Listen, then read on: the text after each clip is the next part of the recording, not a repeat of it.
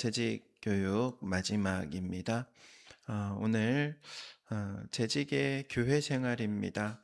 어, 신앙생활을 하는 가운데 있어서 중심이 되는 게 교회 생활이죠. 교회 생활을 물론 잘 해야 합니다. 그런데 요즘 많은 사람들은 가나안 성도라고 하잖아요. 가나안 성도 아시죠? 지난번에도 한번 이야기한 적이 있는데 왜 가나안 성도라고 해요? 거꾸로 뒤집으면 안 나가. 그래서 나는 예수는 믿지만 교회가 하는 짓이 너무 꼴보기 싫어서 교회 안 나가. 그래서 안 나가 성도라고 그래요. 그런데 이분들은 하나님, 예수님에 대한 신앙은 정확하게 있어. 하지만 뭐에 대해서 문제가 있냐면 교회론이 문제가 있는 거예요. 그러니까는 교회가 그냥 사람의 어떤 그런 좋지 않은 부분들 그렇잖아요. 만약에 여러분 교회에 사람이 없으면 시험 들 일이 있을까요? 없을까요? 시험 들 일도 없을 거예요. 그러지 않겠습니까? 교회에서 시험 드는 99.99999%가 뭐 때문에 그래요? 사람 때문에. 사람들끼리 이렇게 부비다 보면, 함께 있다 보면 시험 들게 마련이죠. 어떻게 다 내 마음에 맞습니까? 여러분 속으로 난 자식들도 여러분 마음에 안 들잖아요. 그럼에도 불구하고 같이 사는 거예요. 왜냐하면은 하나님의 자녀들이기 때문에 그래요. 하나님의 자녀는 결국에는 형제 자매잖아요. 한 가족인 거예요. 하나님의 가족이라는 큰 울타리가 바로 교회인 겁니다.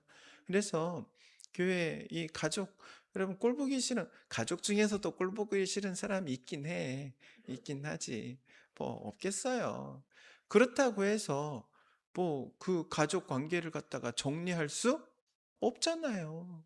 꼴 보기 싫어도 그냥 같이 가는 거예요. 가족이기 때문에. 교회가 그렇습니다. 다만 교회는 추구하는 방향이 있어요. 그래서 그 추구하는 방향으로 함께 가야 하기 때문에 음, 그게 어려운 점이에요. 어, 어디를 추구를 하며 가야 할까요?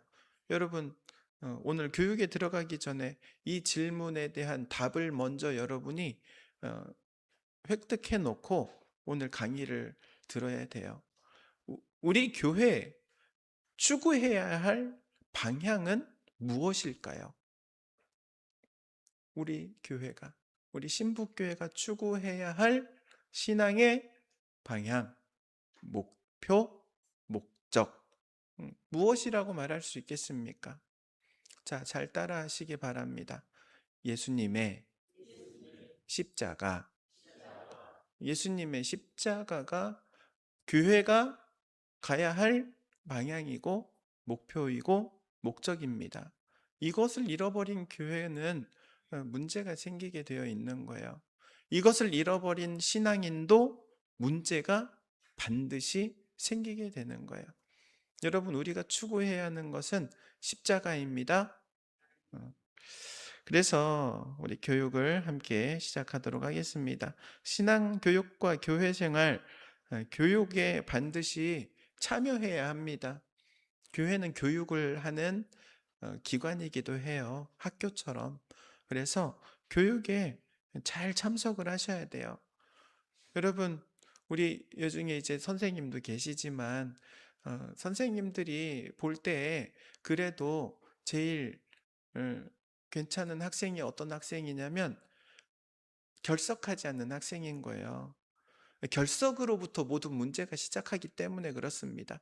한 번 빠지고 두 번 빠지고 무슨 이유 때문인지 몰라도 빠지기 시작하면 성적도 따라오질 못하게 되고 있고 교회 아니 학교의 어떤 전달 사항이라든지 이런 것들을 전혀 알지 못하고 그냥 제멋대로 가기 때문에 그래요. 그래서 교회도 마찬가지예요. 교회에 교육이 있다 그러면은 꼭 참석을 해야 돼요. 참여해서 들어야 됩니다. 그리고 어, 엉뚱한 소리를 내면 안 돼요. 어, 교육을 하는 이유는요, 한 목소리를 내기 위해서예요. 우리 교회가 어디를 향해서 가야 합니까? 그러면은 다 함께 십자가 그러는데 뭐 절로 이러면 안 되는 거예요. 절로 가죠. 이러면 안 되는 거예요. 음.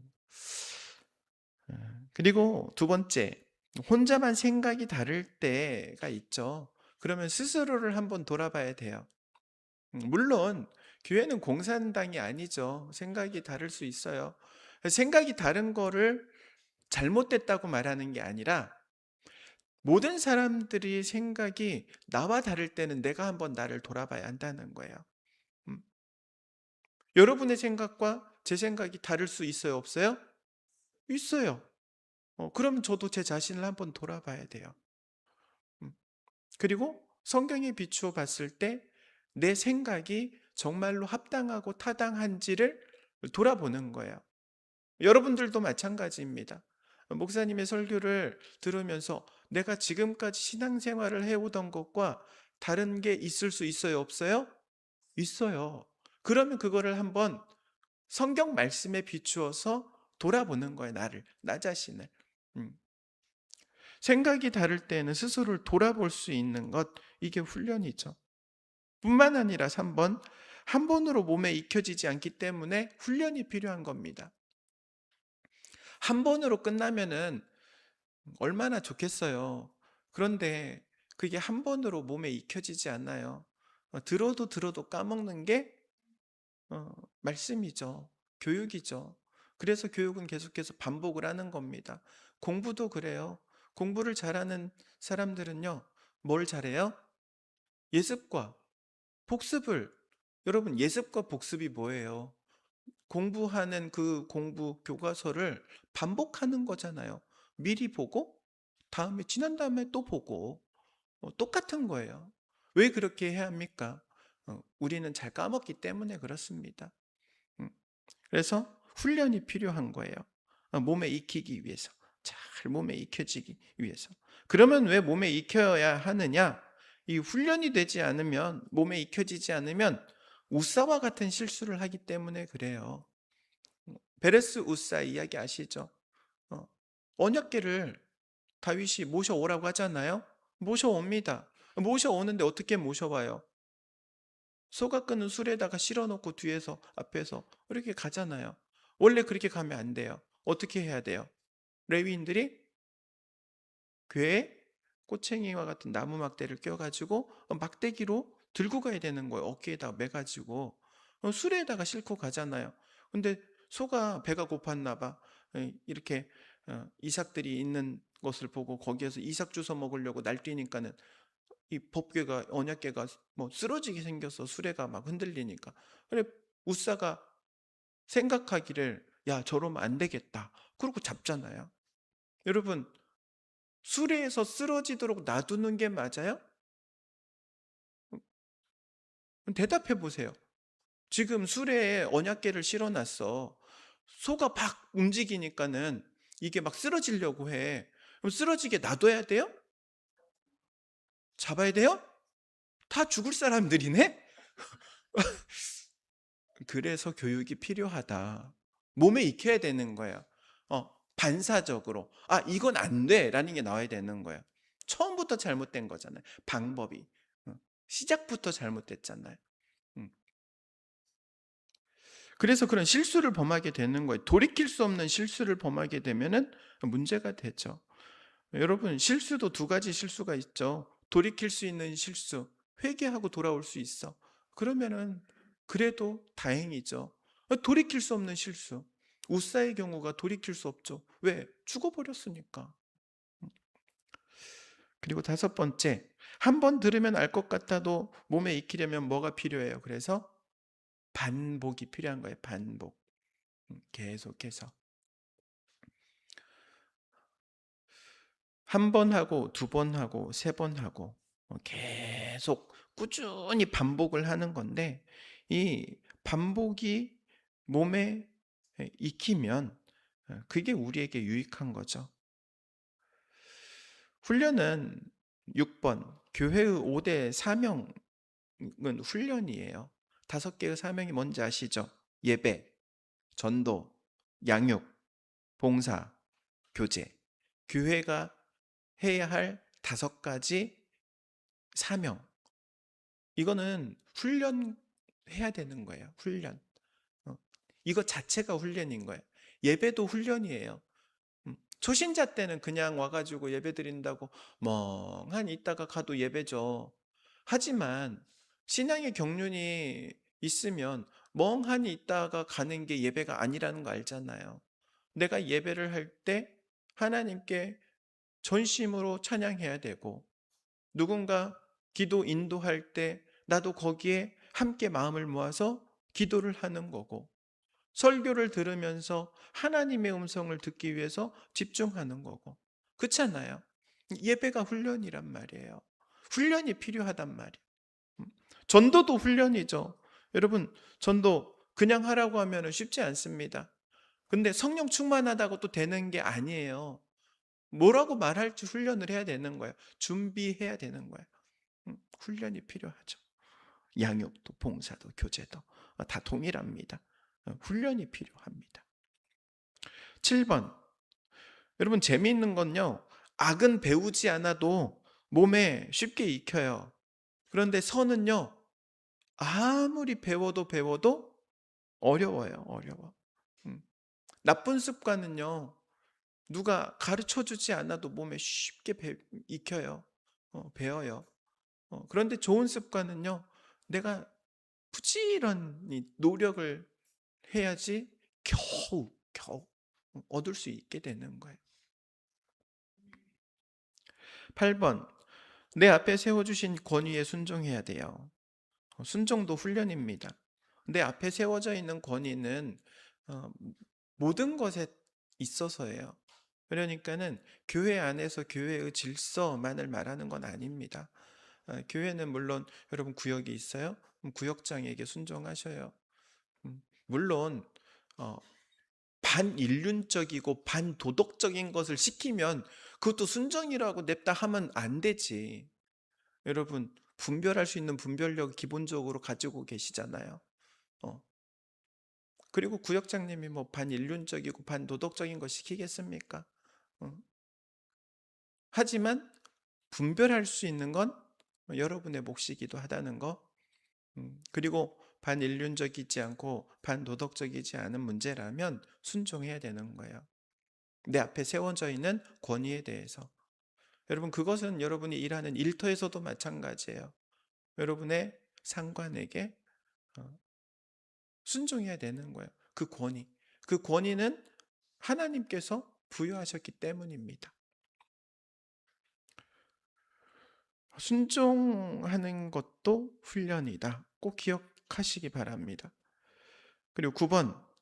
교회 안에서는요, 누가 옳은가가 아니라 누가 십자가를 지느냐가 중요한 문제예요. 교회는 옳고 그름을 따지는 곳이 아닙니다. 누가 맞네, 누가 틀리네, 아니에요. 누가 십자가를 지고 갈 것인가. 고양이 목에 방울 달기, 이야기 잘 아시죠? 누가 달 건데, 누가 달 거야? 이 문제인 거예요. 그래서 10번, 우리의 최고의 모델은 누구예요? 우리 예수님이시죠. 그래서 우리는 예수님을 닮아가기 위해 노력해야 합니다. 예수님의 모습, 예수님의 향기, 나를 통해서 예수님의 모습이 정말 티클만큼이라도 나를 통해서 예수님의 향기가 정말 살짝이라도 드러난다면 그게 하나님 가장 기뻐하실 일인 줄로 믿습니다. 두 번째, 예배와 헌금 생활입니다. 헌금에 대한 이야기를 하면 많이들 시험에 들어요. 그러나 저는 시험에 들어도 가르쳐야 하는 거는 가르쳐야 한다라는 생각으로 가르칩니다. 첫 번째, 11조 헌금이 있습니다. 11조. 11조 헌금은요, 세 가지 의미를 포함하고 있어요. 여러분은 익히 하나의 의미만을 알고 있어요. 신앙 고백으로서의 11조를. 그리고 거기에 조금 더 나아가서는 여러분의 어떤 신앙적인 욕심 때문에 하나님의 약속. 그쵸? 그래서 11조에 담겨져 있는 약속이 있으니까 하나님 그 약속의 말씀처럼 나에게도 복을 주세요라는 어떤 그런 믿음으로써 하죠. 그런데 세 번째 의미도 있어요. 뭐 지금 쭉 우리가 재직 교육을 하면서 배워왔던 지난주에 배워왔던 부분이기도 하죠. 11조 헌금을 한다는 거는 내가 우리 교회의 목회자, 우리 교회를 섬기는 사람들, 그리고 교회의 보호자가 되겠다는 그런 증거예요, 증거. 음. 그래서 제가 누누이 말씀드리지만 여러분이 저의 보호자가 되는 거예요. 음. 교회를 섬기는 사람들이 있어요. 그 섬기는 사람들의 보호자가 되어주는 거고, 이 교회의 보호자가 되어주는 거예요. 11조 헌금이 가지고 있는 의미입니다. 그리고 11조는요, 우리가 세례를 받을 때 11조를 성도의 의무라고 이미 배웁니다. 뿐만 아니라 11조는 헌금의 표준이에요. 표준. 그럼 11조를 어떻게 하는 게 11조입니까? 어떤 분들은요, 수입이 월급을 뭐 300만 원을 받았어. 그러면은 30만 원을 딱 떼가지고 거기서 감사원금 5만 원, 선교원금 5만 원, 나머지 20만 원은 11조. 이거 11조 아니에요? 11조는 10분의 1이에요. 30만 원. 이렇게 내는 거. 물론 내 11조를 드리고 싶은데 내 삶의 여건이 안 돼서 못 드리는 경우도 있을 수 있습니다. 믿음으로 드릴 수 있어요. 어, 하나님, 저 지금 제 삶의 형편이 안 되기 때문에 이걸 드립니다. 하지만 제가 드릴 수 있게 하나님 도와주세요. 라는 믿음의 고백을 담아가지고 할 수 있어요. 어. 그런데 사람들 눈치 보면서 그래도 내가 안수 집사인데, 그래도 내가 권사인데, 내가 장로인데, 목사인데 11조에 이름을 담겨야지. 그 11조는 여러분, 사람들은 인정해 줄지 모르지만 하나님은 인정하지 않으시는 11조가 될 수도 있는 거예요. 여러분, 저한테 인정받으려고 하지 마세요. 저는 여러분에게 줄 게 없어. 하나님께 인정받으세요. 하나님은 여러분에게 주실 게 많으신 분인 거예요. 풍성하신 하나님께서 여러분의 삶을 책임져 주시는 거예요. 하나님이 알아보시는 거예요. 그러니까 11조헌금을 할 때에도 그러한 믿음의 고백을 담아서 할 수 있기를 바랍니다. 제가 서리 집사님들부터 훈련을 하고 재직 임명하는 것을 좀 깐깐하게 하려고 해요. 재직을 임명하는 절차 간단하게 말씀을 드리면 첫 번째 구역장의 추천을 받을 겁니다. 구역장님들이 추천을 할 거예요. 이 사람은 구역에서도 열심히 하고 잘 섬겨주시고 섬길 준비가 되어 있습니다. 여러분, 집사는요, 연수가 오래됐다고 주는 것도 아니고 나이 많다고 주는 것도 아니고 섬길 준비가 된 사람에게 주는 거예요. 구역장님들이 보시고 이분은 섬길 준비가 되어 있습니다. 추천을 해서 그 명단을 올려주면 저는 그 명단을 재정부로 보낼 거예요. 재정부에서 1차로 심의하십시오. 이분의 헌금 생활 11조 제대로 하는지 한번 추려서 올라오면 당회에서 장로님들하고 다시 한번 심의를 할 거예요. 이분이 사회에서 어떤 선한 영향력을 끼치는 사람인지, 아니면 맨날 요 앞에 나가가지고 사람들하고 드자비질하고 그런 사람인지. 여러분, 교회에서 막 교회에서는 은혜 받았다고 하고 교회에서는 되게 말 그대로 이쁘장한 모습 보여놓고 요 앞에 나가가지고 막 술 마시고 사람들하고 도박하고 막 이러면 되겠습니까? 그런 사람 절대 세우면 안 되는 거예요. 절대. 음. 제가 신북교회에 있는 이상 그런 분들은 재직 임명받을 생각을 내려놓으세요. 직분은 그렇게 하는 게 아니에요. 그러면은 당에서 심사를 할 거예요. 당에서 심사를 해서 이분은 우리 집사님, 서리 집사님으로 해도 되겠습니다. 그러면은 제가 1월 첫째 주일날 임명을 합니다. 제가 임명하는 것은 하나님께서 저에게 주신 담임 목사의 권위로 임명합니다. 여러분, 재직은요, 담임 목사가 임명할 수 있어요. 서리 집사는. 다만 교회에 심사를 거치는 이유는 제가 그분들의 삶의 모습을 모르기 때문에 그래요. 제가 볼 땐 다 이쁘거든. 교회 안에서 다 목사님한테, 저한테 안 좋게 보인 사람 없어요. 다 저한테는 다 이쁘게 보이려고 하니까. 음. 그러나 우리 장로님들하고 협의를 하는 가장 큰 이유는 장로님들은 사회생활을 하시니까 세상에서 그분들에 대한 소문도 듣고 그분들의 모습도 보고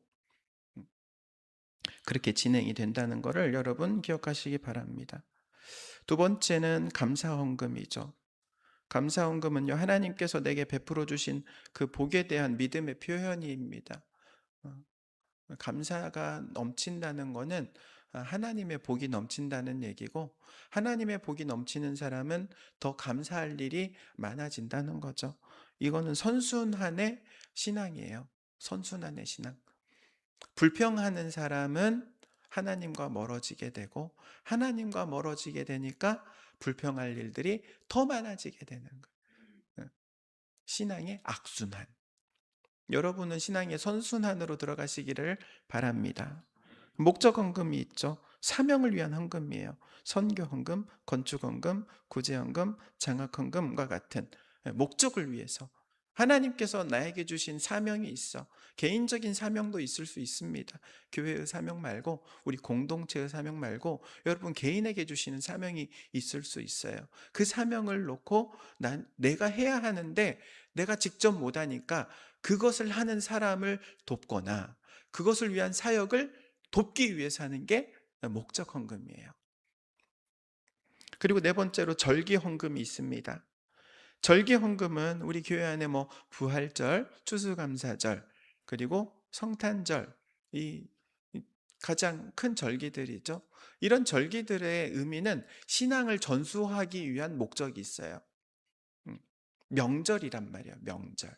교회의 명절. 교회의 명절인데 이 절기 헌금 얘기하면 사람들은 고민해요. 도대체 얼마를 하는 게 맞는지. 여러분, 제가 정해 드릴게요. 고민할 거 없이 그냥 쉽게, 아주 쉽게. 여러분이 명절에 부모님을 찾아가서 용돈을 드린다면 얼마를 드릴 것이며, 명절에 여러분에게 찾아온 자녀들에게 용돈을 준다면 얼마를 주겠습니까? 그렇게 하세요. 간단한 거예요, 간단한 거예요. 음. 그리고 다섯 번째, 헌금 생활은 아주 작은 부분이기도 하지만 여러분 또 모든 것이기도 해요. 신앙생활에. 재밌는 건 예수님께서 과부가 두 렙돈 하면은 현재 가치로 따지면은 그냥 1,000원일 거예요. 500원짜리 동전 두 개. 너무나도 작은, 너무나도 미약한 금액이죠. 근데 예수님께서 그것을 보시고 뭐라고 말씀하시죠? 그는 모든 것을 드렸다 그래요. 우리 성경에는 전 재산 그러지만 모든 것, 그러니까 모든 것이에요. 헌금 생활은 결국에 신앙생활의 모든 것이 될 수도 있는 거예요. 그 작은 것이. 음. 그래서 우리가 헌금하면은 헌금이라는 말에 항상 따라오는 말이 뭐예요? 정성이라는 말이 따라오잖아요. 정성껏 준비해서. 그리고 교회는요, 그런 헌금을 투명하게 사용하고 투명하게 공개할 책임이 있죠. 그래서 여러분들 가운데 만약에 나는 우리 교회 헌금 도대체 어떻게 쓰는지 알고 싶어. 그러면 재직회를 잘 참석하시면 됩니다. 그리고 재직회 때 물어보시면 돼요. 음. 혹은 재직회라는 그 기간이 우리가 분기별로 하지만 중간에 궁금하다. 재정부를 찾아가세요. 음. 재정부에서는 뭐 숨길 게 없고 여러분에게 다 오픈되어 있으니까 알려드릴 겁니다. 궁금한 게 있으면. 음. 우리 재정위원장님 아셨죠?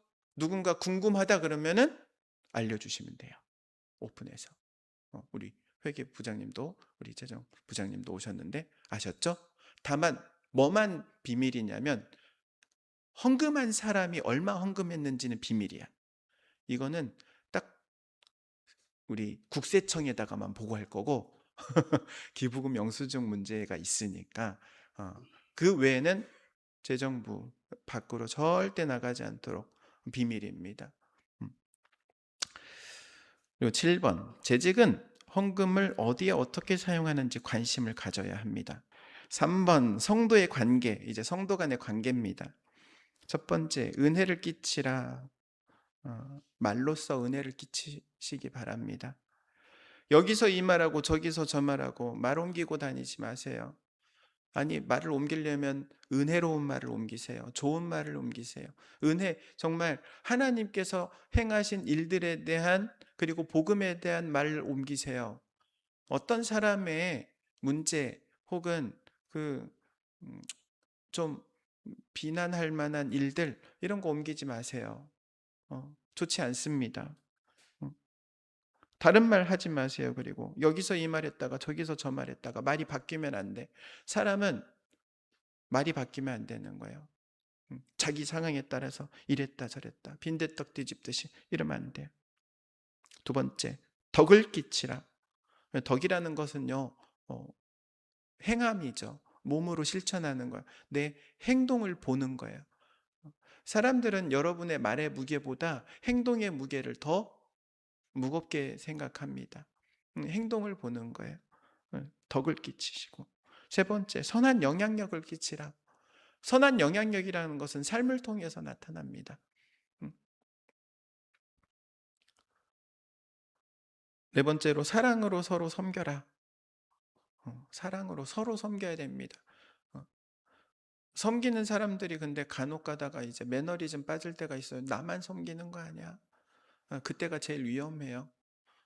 여러분, 아니에요. 서로 섬기는 거예요. 나는 여기서 섬기지만 다른 곳에서 섬김을 받고 있는 거예요. 나도 모르게 섬김을 받고 있는 거예요.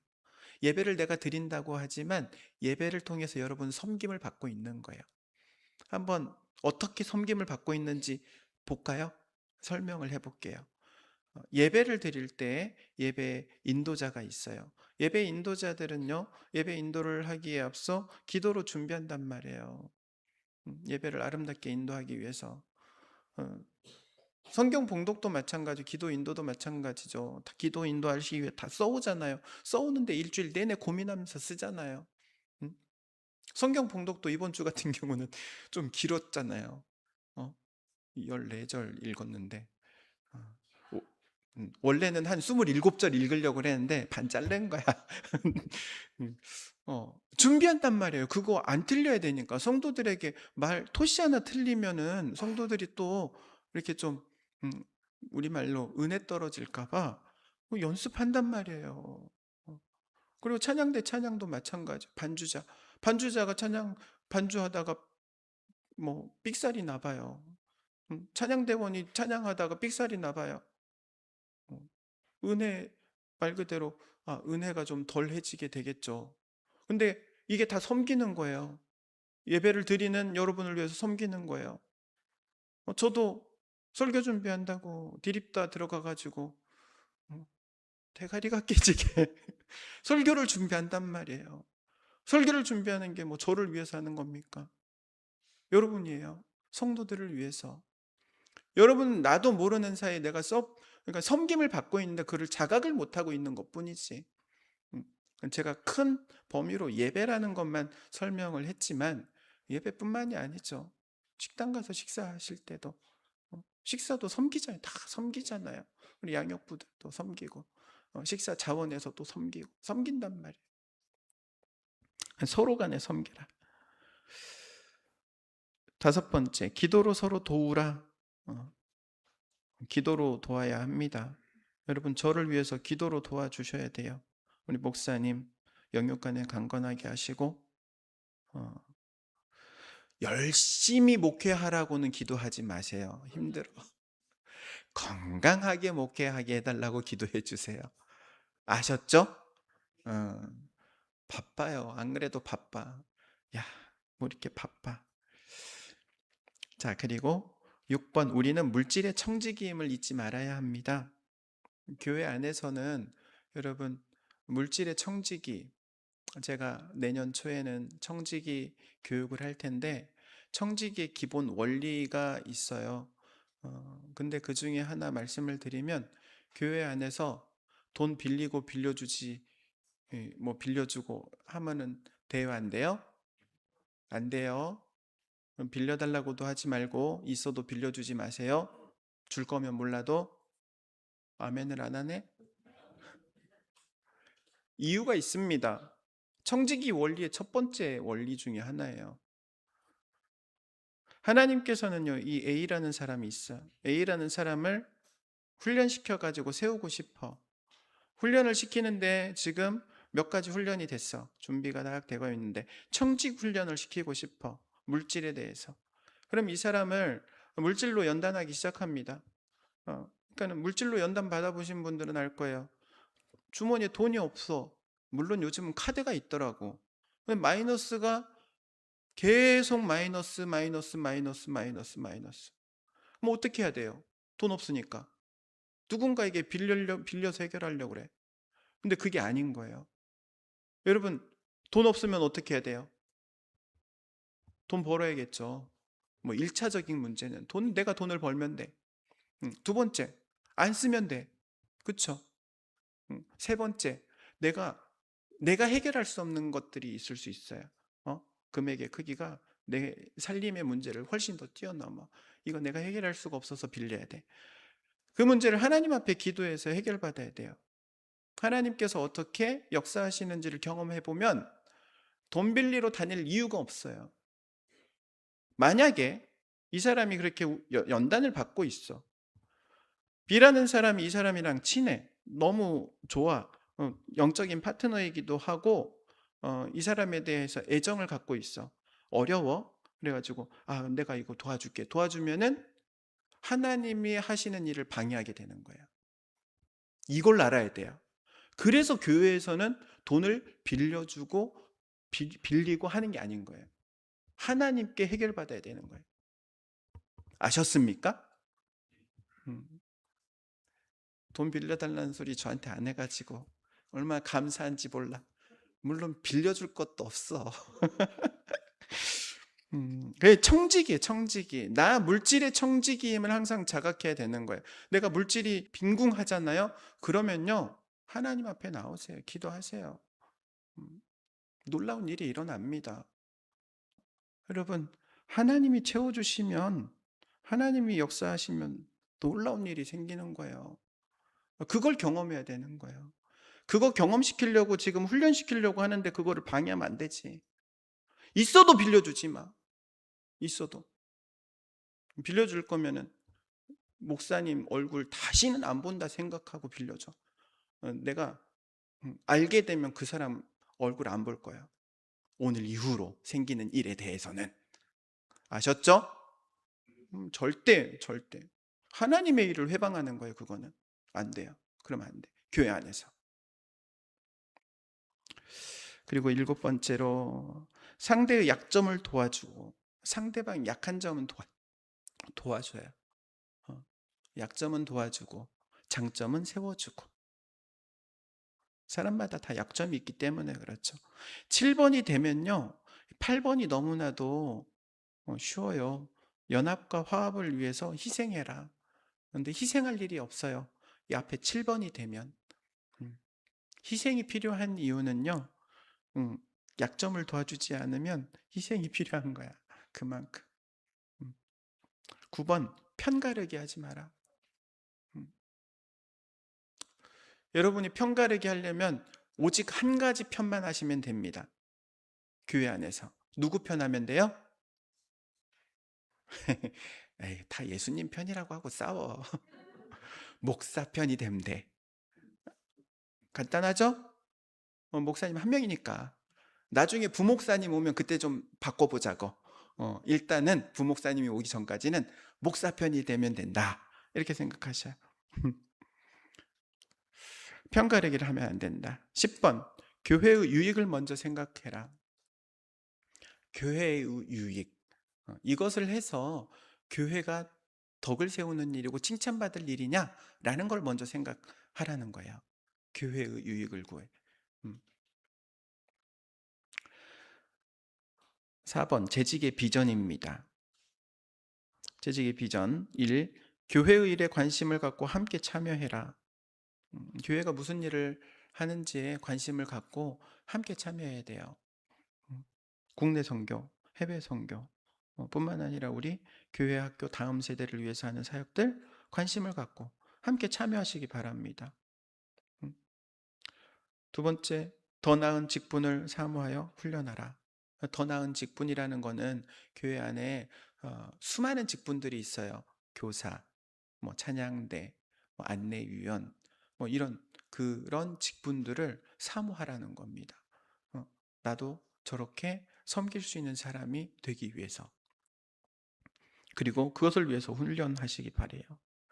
3번, 그릇을 갖추면 하나님께서 그 그릇에 합당하게 사용하십니다. 그릇에 합당하게 쓰시는 거예요. 모난 사람 있잖아요. 모난 사람. 모난 사람이 그 모난 사람도 딱 그 모난 부분을 다른 사람의 모난 부분을 깎기 위해서 쓸 때가 있어. 음. 근데 그때만 쓰는 것뿐이지 귀하게 쓰이지는 못해. 음. 그릇을 갖춰 가시기 바랍니다. 네 번째, 교회의 기둥과 같은 존재로 세워지기를 사모하시기 바랍니다. 교회의 기둥과 같은 존재. 우리 교회 기둥 2개 있죠? 교회 기둥 2개 상징이 있는 거예요? 그냥 세워놓은 거 아니죠. 어떤 상징입니까? 솔로몬 성전에 세워질 때 그 교회 앞 현관 앞에 2개의 기둥을 세우죠. 야긴과 보아스라는 2개의 기둥이 야긴과 보아스의 각각 이름이 뭐예요? 그에게 능력이 있다. 그가 세운다. 하나님의 능력으로 하나님께서 세우시는 곳이 바로 교회예요. 하나님의 능력을 입은 하나님의 사람이 세워지는 것이 교회예요. 여러분이 하나님의 성전의 기둥과 같이 세워질 수 있기 바랍니다. 그리고 5번째로, 현재 위치에서 충성해야 더 큰 것을 맡을 수 있다. 현재 내게 있는 그것을 잘 감당하면 더 맡기는 거예요. 여러분, 누구는 일을 목사님이 많이 맡기네, 나는 일도 안 맡기네, 시험 들지 마세요. 제가 보고 알아서 맡길 테니까 일을 잘하는 사람에게는 더 많이 맡길 거예요. 예수님 달란트 비유가 그러잖아요. 많이 가진 자에게 더 주겠다는 거예요. 권한을 더 많이 가졌는데 권한 그만 줘도 되겠는데 아니 더 가져. 더 많은 권한을 위임하는 거예요. 6번, 코람데우 경고는 삶을 살기 위해 노력해라. 하나님께서 지켜보신다는 거죠. 코람데오, 하나님 앞에서 경건한 삶을 살기 위해서 노력하시기 바랍니다. 7번, 항상 교회를 통해 하나님의 은혜를 공급받아라. 교회를 통해서 은혜 공급받아야 됩니다. 딴 데 가서 받으면 안 돼요. 딴 데 가서. 교회를 통해서 은혜를 받아야 되는 거예요. 가장 좋은 거는 교회의 이 강단을 통해서, 말씀을 통해서 은혜를 받을 수 있기를 바랍니다. 물론 은혜를 받는 통로는 많이 있어요. 오늘날은 뭐 유튜브로 조금만 검색해서 봐도 대단한 목사님들 있죠. 제가 명함도 못 내밀죠. 우리나라에 난다긴다는 얼마나 수많은 목사님들, 그분들에게 은혜를 받기 시작하잖아요. 그러면 그분들 교회로 가셔야 돼요. 왜? 나한테 은혜를 못 받으니까. 음, 이 강단을 통해서 흘러가는 은혜를 받으시기를 바랍니다. 음, 그리고 8번, 교회는 영혼 구원을 위한 통로라는 사실을 항상 자각해야 된다. 영혼 구원을 하는 통로예요, 교회는. 구원의 방주 그러잖아요. 영혼 구원. 요거를 기억하셔야 돼요. 9번, 세상에서 함께 일하는 사람에게 먼저 인정을 받아야 돼요. 세상 사람들과 함께 일하는데 그 사람들에게 인정받는 사람이 되시기 바랍니다. 쟤는 예수 믿는다고 하면서 야 어떻게 저러지? 비방을 받으면 안 돼요. 쟤는 신앙도 좋은데 정말 훌륭해. 도덕적으로도 어떻게 저런 애가 교회다. 요즘은 그런 이야기를 한대요. 인성도 훌륭하고 실력도 좋은데 교회 다니면은 "어떻게 너 같은 애가 교회를 다녀?" 그런대요. 음. 교회를 그만큼 세상이 우습게 보는 거죠. 안타까운 얘기긴 하지만 여러분 어쨌든 세상에서 인정받아야 됩니다, 여러분들은. 그리고 10번 마지막 모든 결사는 그리스도의 심판대에서 받게 됨을 기억하시기 바랍니다. 지난 주일날 제가 설교했죠. 하나님의 심판대, 그리스도의 심판대. 하나님의 심판대에서는 영생의 자리로, 그리스도의 심판대에서는 상급으로, 면류관으로. 그리스도의 심판대를 항상 기억하시기 바랍니다. 내가 주님 앞에 섰을 때 착하고 충성된 종이라는 말을 들을 것인지, 이 악하고 게으른 종이라는 말을 들을 것인지, 오늘을 어떻게 살았느냐에 따라서 결판이 나는 거기 때문에 그렇습니다. 여러분, 그리스도의 심판대 앞에서 착하고 충성되었다 칭찬받는 여러분 되시기를 주의 이름으로 축원드립니다. 기도하겠습니다.